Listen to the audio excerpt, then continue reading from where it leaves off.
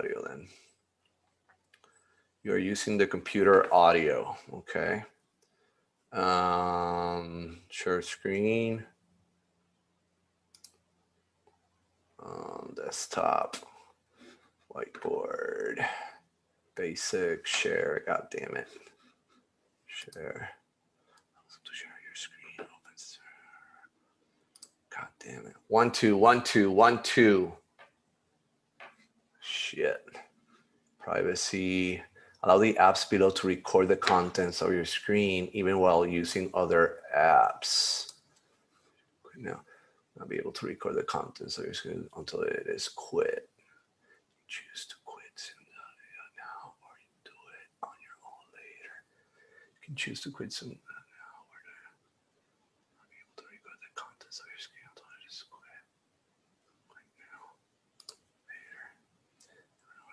Waiting room. Admit. 1 2 1 2 1 2. Participants 2. Invite. Hey Devon, are you there? God damn it. There you are. Hey, sorry, it took a minute to get on here. Yeah, me too. I feel like a total rookie right now. I've never used Zoom for recording myself, so I hope I have no difficulties. It says it's recording, so. Oh, is it recording right now? I can see in the upper corner, It says recording, so you should be good. Okay, let's hope it works. It'd be awful if it doesn't. I did do a tutorial, but this seems a bit different than the tutorial. And I hope you like my background here. Is that interesting? Some Puerto Rican food. Yeah, you're making me hungry now. Actually, that's Colombian. I don't know why that picture is there. Anyways, in case we're recording, let's do this official. I will be editing the initial part out. Do you have any questions before we officially start? I don't think so. No, I've probably got about, if we can wrap up by 1 without being too rushed, that would be amazing, but let's see how we go. That's actually the 20 minutes I was estimating. Okay? Okay. Okay, so let's do it. It says recording, so let's do it. I am with Mr. Devon Howard. How are you doing, Devon? I'm doing really well. We're getting ready for the event here that we're going to be showing this weekend. Excited for everyone to tune in and check it out. Okay.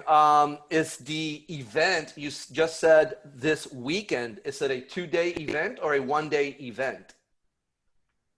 Well, the Cuervo Surf Ranch Classic, as it's called, is it's a 1-day event, and you can tune in on the World Surf League, or actually on Fox Sports at 2 p.m. California time on Sunday. Wow, cool.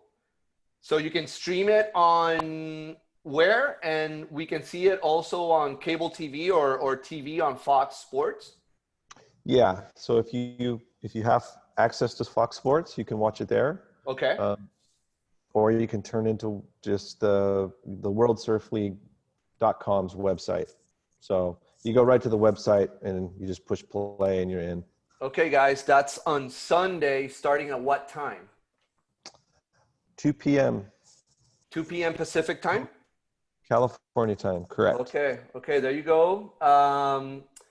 Okay, now that we're talking about the event, this is a Jose Cuervo Surf Classic. Is that the label of the event? Yeah, that'll work. It's the Cuervo Surf Ranch Classic, but same thing. Okay. Shuffle the words around. Super cool. Thank you, Jose Cuervo, for helping out. So let me ask you immediately about this contest. What was the process in selecting the competitors? Well, it's a specialty event because if we back up a little bit, we had a couple more events that we wanted to do this year, but with COVID creating all kinds of issues, not just locally where the events were going to be happening, but people having an inability to travel, so surfers in Australia, Brazil, and some other countries unable to travel to California, where we were planning on an event at Malibu and Trestles. And it never fully got published because as we were making that a reality, COVID hit at the same time. So the idea for the event was, looks like the rest of the year we weren't going to be able to get anything off the ground. However, we have access to the surf ranch. And if we could do something in a controlled environment, we would be able to have everybody be safe. Anybody that's concerned about COVID, it's a controlled environment. So the way that we decided to do it is we couldn't have all of the surfers from all the events. It would just take a couple days, and it's just costly. And some of the criticism of the surf ranch events is that they can tend to be a little boring. So it made sense to kind of shrink everything down. So we decided to have 6 men and 6 women. Okay. Individual competition. So we essentially start with a leader board round. We have all 6 surfers go and catch their waves, and the top 4 out of those 6 surfers would go into the semifinals. Then at that point, now we have head-to-head competition in a classic heat format. The winners of those semis would go into the final. And the way their score was picked, they get 4 rides, 2 lefts, 2 rights. The top left and the top right are combined for their total score, and that determines who moves through. So you can screw up, you can fall off, make a mistake, get another chance. And yeah, it's a great format, and I think gives everybody plenty of opportunity to do their best surfing. Okay. And, I'm sorry, I didn't answer your question of the selection process. Yeah, no, but you gave us a lot of context, which is important. Yes, about the selection process. So because of the travel restrictions, we couldn't just purely go off of the ratings from NUSA. NUSA, as we recall, was in March. I'm sorry, late February or early March. It's right, COVID hit right basically around then, right after then. Yeah. We had Joel Tudor and Khalees, as we recall, won. But some of our friends from some of the other countries were not going to be able to attend this event if we went strictly off of those ratings. So we did a little bit of a hybrid. We looked to bring in 3 previous world champions on each side. And then we brought in the top placed surfer of 2020 from March. And then the sponsors got wild cards. So 2 wild cards go to the sponsors, meaning they choose whoever they want. Wow. In the case of Jose Cuervo, the 2 obvious ones they chose was Alex Nost and Cassia Miador, who they work with already. Interesting. And then the 3 world champions are all obvious choices. Kevin Skavarna ended up being the 2020 surfer because he was ranked number 2. He got second to Joel Tudor. Joel took one of the world champion spots. Khalees on the women's side, Kaliapa'a, she was the top 2020. And then the current and previous world champs were Honolulu Blomfield, Soleil Erico, and Lindsay Steinride. Cool. So I never know how to pronounce Lindsay's name properly. I think that's how you pronounce it, Steinride. Yeah. I believe so. Okay. Yeah. And yeah, on the other side, the other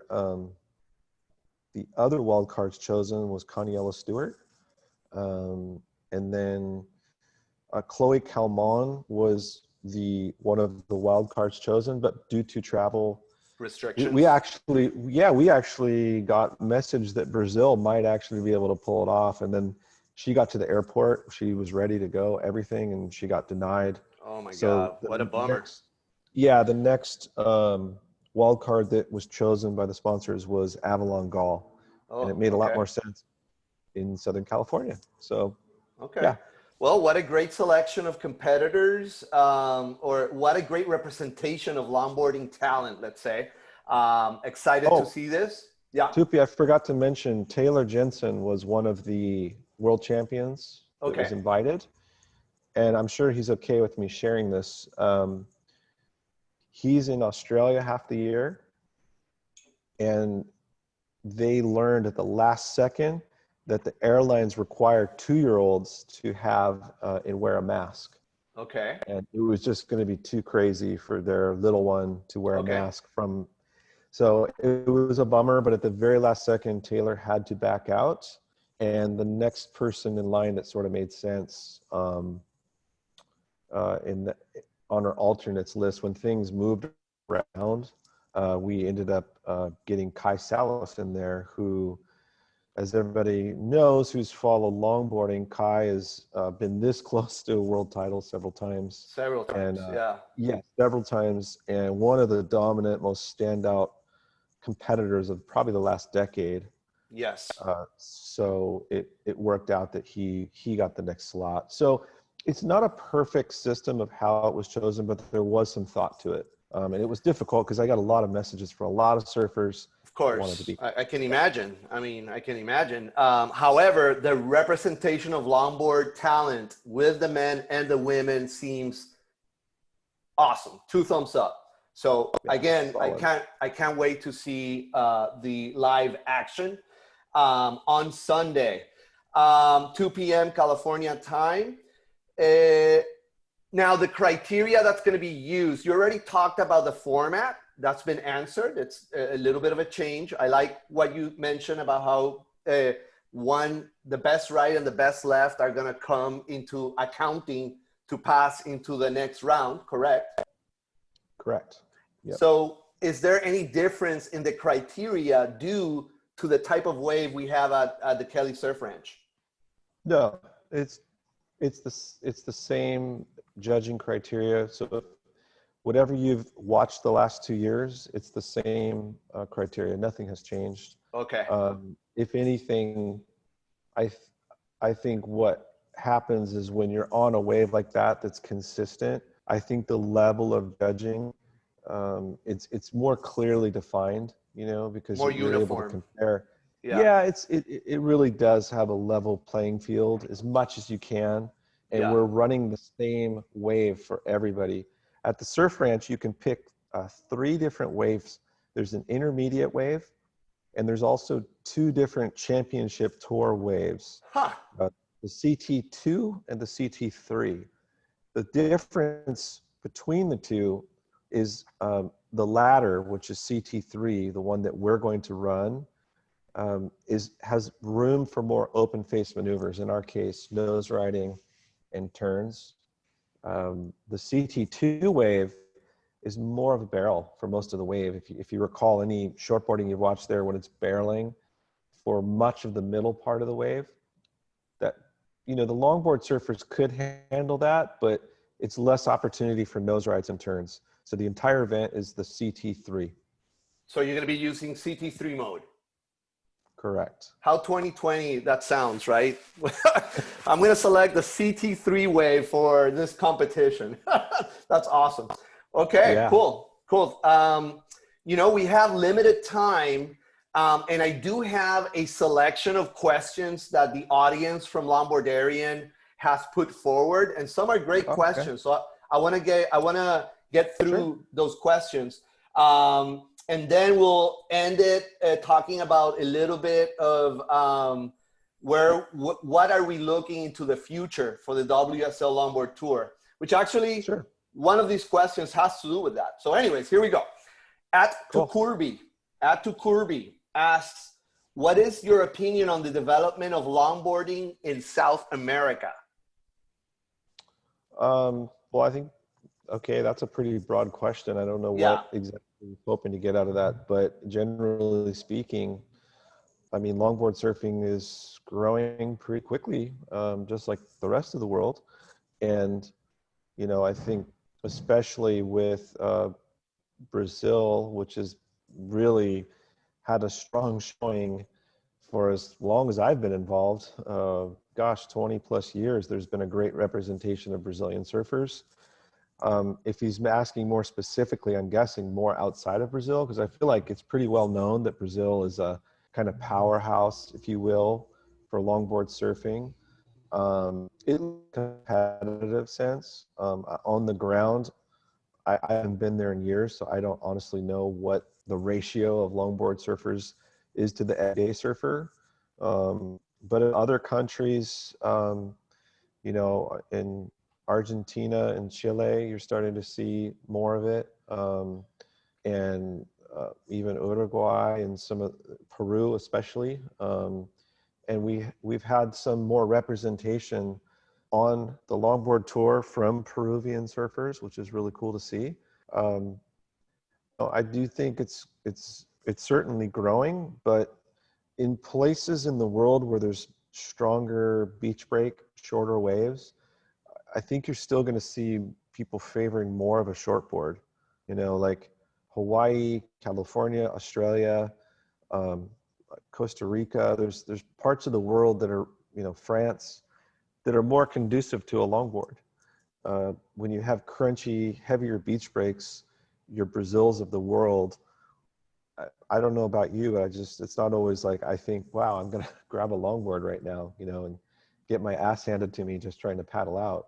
Yeah. So, but, you know, if this question is in regards to competition surfing, I think on the world tour sense, there's a desire to have an event in Brazil because it's the biggest market there. The challenge is just finding a sponsor that wants to get behind it. So everyone's excited to do it. There are regional events down there. There are regional events in Brazil. There was a regional event, I believe, in Peru. I'm not sure if that's still happening. I have to look into that. Okay. But if this surfer has a company or someone that wants to get behind it, please hit me up. Talk about Okay. it. There we go. I have many more, so I'm gonna try. I hope I can ask you all these questions. Raymond Sells, this is a Grom from my area. He asks, Yeah. when are they gonna have qualifiers for the next generation of competitors? Yeah. Hi, Raymond. I know Raymond. So Great this surfer, by the last, way. yeah, he's great. This last year, you know, we sort of had an open where anybody could kind of come and surf through the early rounds. That was our qualifier. With COVID, everything got sort of thrown off. We're regrouping right now. I have to put out a calendar in toward the end of November. We are going to publish the official calendar for all of the WSL. There's going to be an announcement before that but just for the championship tour, but we will be finalizing our calendar. So when that announcement comes in sort of mid-November, don't freak out if anyone who follows longboarding is looking for some answers there. We will have some information to share end of November. And what we're trying to do is get people on board on the regional sense for the qualifying. It is a challenge right now. I don't have a great answer today, but we're working super hard to have it's probably going to have to go back to a regional qualifying scenario to get people in on the tour, and then have a system where you have to maintain a certain level on the actual tour itself, or you drop off. So we're going to follow something that's worked really well for the CT, which is a qualification system. But I think to do a world qualifying is not realistic. Our longboard surfers don't have that kind of money to travel. So we're revisiting that regional thing. There is the opportunity in North America specifically. Puerto Rico has had an ongoing event. That certainly could be an option. And then there's also interest from New York. New York was on the tour, but we have to determine, is it better to have New York as a qualifier or part of the tour, you know? So lots of questions to be answered, Raymond. Okay. Let's move on. I like this question by Griff Glenn. Griff Glenn asks, what are your thoughts on dividing the tour into two divisions, modern and classic? Well, I don't think the WSL is interested in that. I think it's an interesting scenario. As we know, Relic has done that a few times, and I think there's pluses and minuses to it. For the WSL, I don't see that happening. I think you need to pick a lane. I'm a fan of everything in life. Do less things and just do them better. When you have these bifurcated approach, basically two ways to approach this, I think it's just dividing what you're trying to do. I would rather pull everybody together and let's find a line that is going to put out the best surfing. You know, and this just isn't about me or my opinion. This is, what do people want to see? You can do this through surveys. You can pay attention to comments on social media, and you can also pay attention to, sorry to, you know, bring this part into it, but to make a surf competition, you have to have a sponsor. It's not a charity service. Like, someone has to pay for the infrastructure, the prize money, the filming of it. So finding brands that are interested in it. So for example, Jose Cuervo, if you've paid attention to what they've done for the last year or two, they're working with Jared Mel, they're working with Alex Knost, Cassia, and those sorts of surfers. And that type of surfing really speaks to the classic or traditional style, whichever word you want to use. And as I've said, I think even with you, Tupi, or other interviews, I've said multiple times that the overwhelming response is that people really are responding and want to see more of the traditional style because it's a point of difference. And high performance longboarding is super fun. I've done that for years. Some boards behind me are the ones I rode in the 90s and even in the 2000s, super fun. But we're trying to make this thing viable. And if you look back to the last 20 years, there's lots of different reasons for it, but it just never really got off the ground. It's possible that this new approach won't get off the ground, but we've gone all in on the traditional classic style. We're getting great response, and there's a lot more buy-in from everybody. And it's also really easy to understand that it's quite different than shortboard surfing. So to answer your question, it's a long sort of answer. Yeah. Don't see it going back to that. That's if Relic continues and wants to do that, that's something that they may choose to do. I don't know. Yeah. Okay, man. Great answer. Let's carry on. I'm gonna give you a fun question here by Totally Corey. Totally Corey asks, wide point back or wide point forward for this wave, for this competition? Well, that if you're asking an opinion, that's one thing. Just your opinion. Okay, yeah, because there's. What will you use? We've got no rules on what you ride, but no, your opinion. This is you as a surfer. Yeah, I'm always. It's no secret. Me personally, I love the wide point back. Okay. When I go to the front, I want to surf as fast as you can on a longboard. I'm not interested in going slow.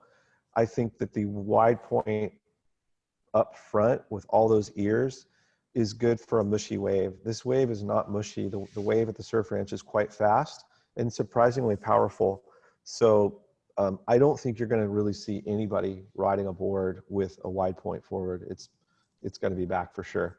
Okay, another fun question for you by J2 Mac. J2 Mac asks, expression session on vintage equipment at the Surf Ranch.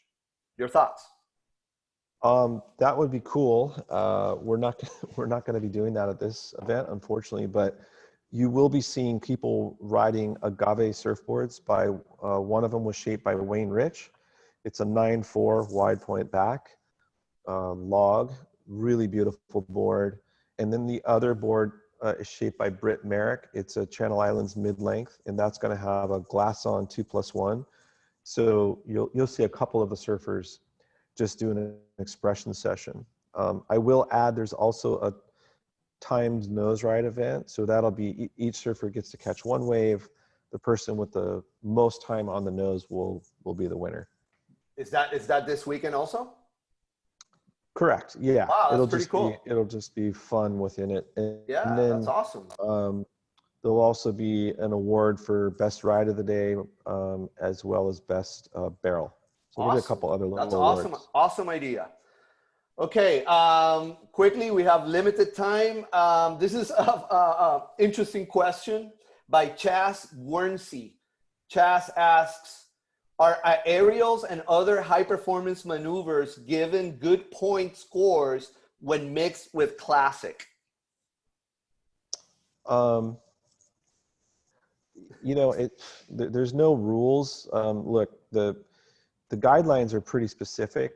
They're looking for traditional maneuvers, so those are going to score the most. You know, if someone throws in something, it's just going to have to be taken into context. But you know, when you're following the criteria, and you can see this on the World Surf League website, it's easy to read it. You know, the focus is like trying to kind of keep within that realm of traditional surfing. If it's getting into if it's not a functional longboard maneuver, then it doesn't mean you're not going to get a score, but I don't think that all of a sudden people freak out and you're going to get a 10 because of it. You know, everything can be scored, but you still have to take in, was there control, was there style, which is part of the criteria, was there grace? And so, yeah, it could be definitely put into the score line. Okay. Now we need to close this interview. You gave me a timeline, and I want to respect that. I'm gonna close it with the following: a mix. There's a few questions here that I'm gonna mix together. Mr. Miguel Calmon asks about the schedule for 2021. Miguel Calmon, 17, the dad of Chloe. He wants to know that, but I want you to mix that question with what's the future looking like for the WSL Longboard Tour, which is another question, great question by Rick Surfing. So let's combine those two, the schedule of 2021 Sure. and what do you see in the future for the WSL Longboard Tour? Yeah, well, the weather bell for us to really answer that is what is happening with the championship tour. So if you see the pipeline event start in December, that is a really good sign that we're on for next year. We are going to plan as though we're on, but your guess is as good as mine. How is the world feeling about COVID-19? You know, and do we feel that we've got a good grip on it? It seems that we're going in that direction. Hawaii just opened up yesterday or the day before. They were on full lockdown. Now you can go to Hawaii, but you have to get a rapid test. So that's opening the door now for the conversations, and the WSL will make an official announcement very soon. But all things are pointing to the strong possibility of the pipeline event in December starting. And that gets the engine going for us, because that's really the thing that pays the bills for the World Surf League. If they're up and running and going, then that's a healthy sign for us. So now to when and where those events would be, as I said earlier, we're going to make that official calendar. We'll be buttoned up 100% at the end of November. There will be a total full-on announcement spelling all this out. I can hint to that we're looking as of right now that everything's going to sort of pull back into a North America focus. And the reason is that on a global scale, we're having trouble getting enough funding for the event to just even break even. We're not making money on this longboard tour, I can tell you that much. But the WSL is invested and believes in it. And for this thing to make sense, it has to at least break even. And for it to really make sense, it has to do better than that, because anybody listening that owns a business, how long can you operate on breaking even? Not very long, right? Or very likely on negatives numbers. It's absolutely likely. Yeah.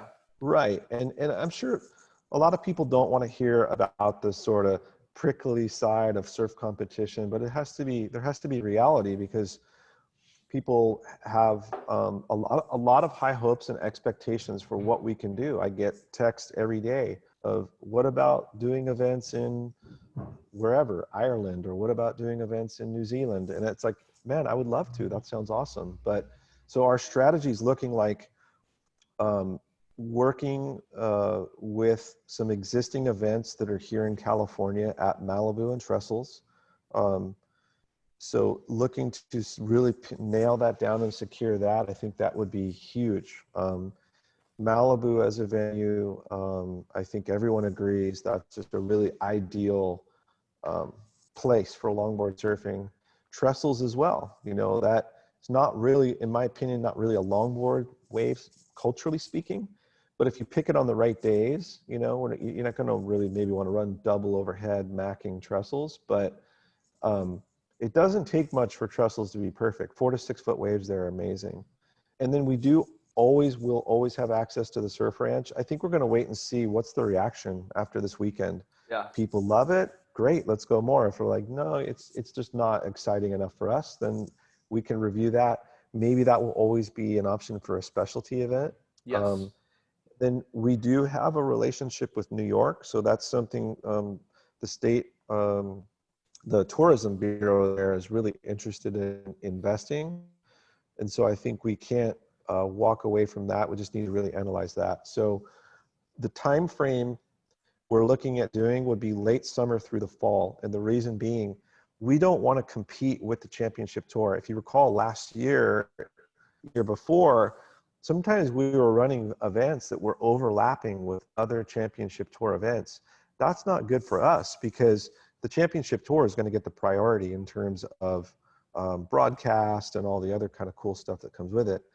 If we can run our events on the back end of that and sort of have the limelight, if you will, then we get all the resources and we're not competing with other events with any overlapping, if that makes sense. Yeah. So that's kind of about all I can share, but it's looking really good. The World Surf League, from everything I'm being told, they are really stoked with what we've been doing the last 2 years. Like awesome. The ownership, the leadership team, everyone sees that there's real value. And at the end of the day, the people watching it are telling us that they're really enjoying the surfing. They think the surfing's really good. Fantastic. Okay, Devon, you got to go. You have stuff to do. You have a big contest coming up. Everybody, on Sunday, 2 p.m. Pacific time at the Kelly Surf Ranch, we're going to have a WSL Longboard Tour specialty event. Thank you again. I'll see you in the water. Cool. See you soon. Okay, brother. Thank Gracias. You. Later. Yeah, let's see. Okay, I guess that worked. Yeah, I'm still here. You should be able to, I think you should be able to, once you stop recording, you should be able to